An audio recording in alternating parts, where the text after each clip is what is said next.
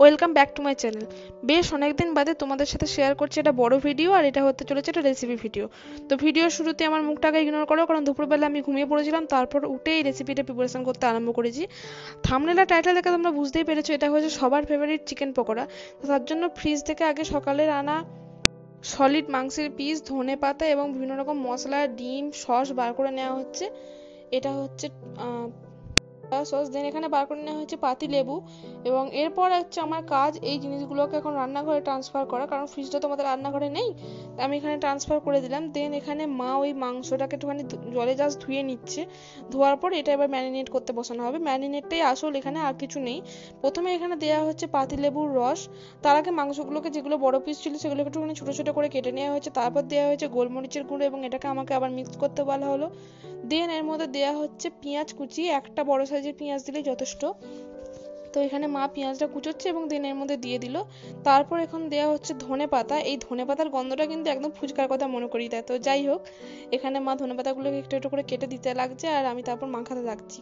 মাখানোর কাজটা এখানে মেন, যেমনটা বললাম। তারপর এখানে দেওয়া হচ্ছে আদা, রসুন আর লঙ্কার পেস্ট, যেটা মা লাঞ্চের আগে, যখন লাঞ্চের প্রিপারেশন করছিল তখন বানিয়ে রেখেছিল একসাথেই। তারপর এর মধ্যে দেওয়া হচ্ছে হলুদ গুঁড়ো এবং মিক্স করতে থাকলাম। তারপর দেওয়া হচ্ছে এখানে সয়া সস, ওই 2 চামচ মতন, এটাও মিক্স করলাম। দেন এখানে দেওয়া হচ্ছে কেচাপ, এটা ওই 1.5 চামচ মতন দেওয়া হলো। তো এটাকে এখন ভালো করে মিক্স করা হচ্ছে। তারপর এখানে দেওয়া হচ্ছে ধনে পাউডার, যেটা আমার বাড়িতেই বানিয়েছে, ধনে কিনে এনে। দেন এখানে দেওয়া হচ্ছে চাল গুঁড়ি, প্রায় 2 চামচ মতন। তারপর দেওয়া হচ্ছে বেসম, মটর বেসম ইউজ করি আমরা, এটা মোটামুটি 3 চামচ মতন দেওয়া হচ্ছে গ্রেভিটাকে বাড়ানোর জন্য মানে। আর তারপর দেয়া হচ্ছে এর মধ্যে কর্নফ্লাওয়ার, যেটা ওই 1 চামচ মতন ছিল। তারপর এরপর দেয়া হচ্ছে এটা একটা গোটা ডিম। আর ব্যাস, আর তেমন কিছু দিতে হয় না। কিন্তু যে দুটো জিনিস দিতে মা ভুলে যাচ্ছিল সেটা হচ্ছে নুন আর লঙ্কার গুঁড়ো, কাশ্মীরি লঙ্কার গুঁড়ো। তো এখানে মা দিয়ে দিচ্ছে এক এক করে, পরে মনে করে দিলাম, ভাগ্যিস, নাহলে যে খেতে হতো কি বলবো আর। তো এখানে মা দিয়ে দিয়েছে সবটা। দেন আমার মিক্স করার কাজও কমপ্লিট। এরপর এই ম্যারিনেটেড জিনিসটাকে আমাকে এখন 1.5 ঘন্টা বা 1 ঘন্টার মতো ফ্রিজে রাখতে হবে। তখন বাজছিল ওই 3:30 মতন, তখন আমাদের এই প্রিপারেশনটা হয়ে গেছে। এবার মা সস টস যা রাখবার সব রেখে দিয়েছে ফ্রিজে। দেন একটু হুলিয়া চেঞ্জ করে, চুল টুল বেঁধে, স্কিন কেয়ার করে চলে এসেছি আবার রান্নাতে। ফ্রিজ থেকে ওই মাংস মাখাটা বার করে নিলাম।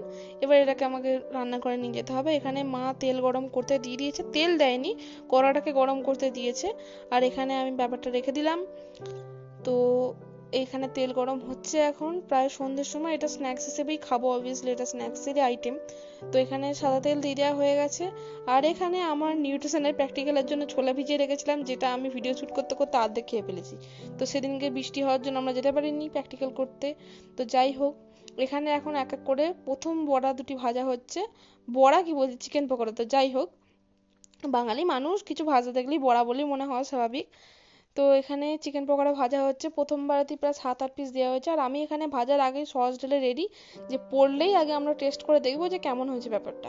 তো এখানে প্রথম চিকেন পকোড়া পড়ে গেছে। এবার অনেকগুলো যেগুলো প্রথমবারে দেওয়া হয়েছিল ভাজা হয়ে গেছে, দেন এগুলো তুলে ফেলা হলো। এখানে আমাকে কাজ দিয়েছিল মা শশা কুচোতে এবং পেঁয়াজ কুচোতে। আর এখানে ভিডিও ক্লিপটা ভাই নিচ্ছে, না হলে ভাই ছাড়া আমার ভিডিও ক্লিপ সম্পন্ন হয় না। আমি একা সবটা করতেও পারি না অবভিয়াসলি। তারপর এখানে বাপি এসেছিল টেস্ট করতে। তো বাপি টেস্ট করে বললো যথেষ্ট ভালো হয়েছে এবং দোকানকে হারিয়ে দেওয়ার মতো হয়েছে নাকি। দেন এখানে ভাইও টেস্ট করে নিল একটুখানি। আমিও টেস্ট করছিলাম, যেহেতু আমি ক্যামেরাম্যান তাই আর কি দেখানো হয়নি। দেন এখানে বাপির কাজ হলো পাশে একটুখানি কফি বানানো, কারণ যেহেতু সন্ধ্যাবেলা পকোড়া হচ্ছেই, তো সবে মিলে করি কাজ। এখানে বাপিও পকোড়া বানাতে, সরি, বাপি কফি বানাতে চলে এসেছে। মা একটা কড়াতে বানাচ্ছে হচ্ছে পকোড়া, আর ওইটাতে বাপি বানাচ্ছে কফি।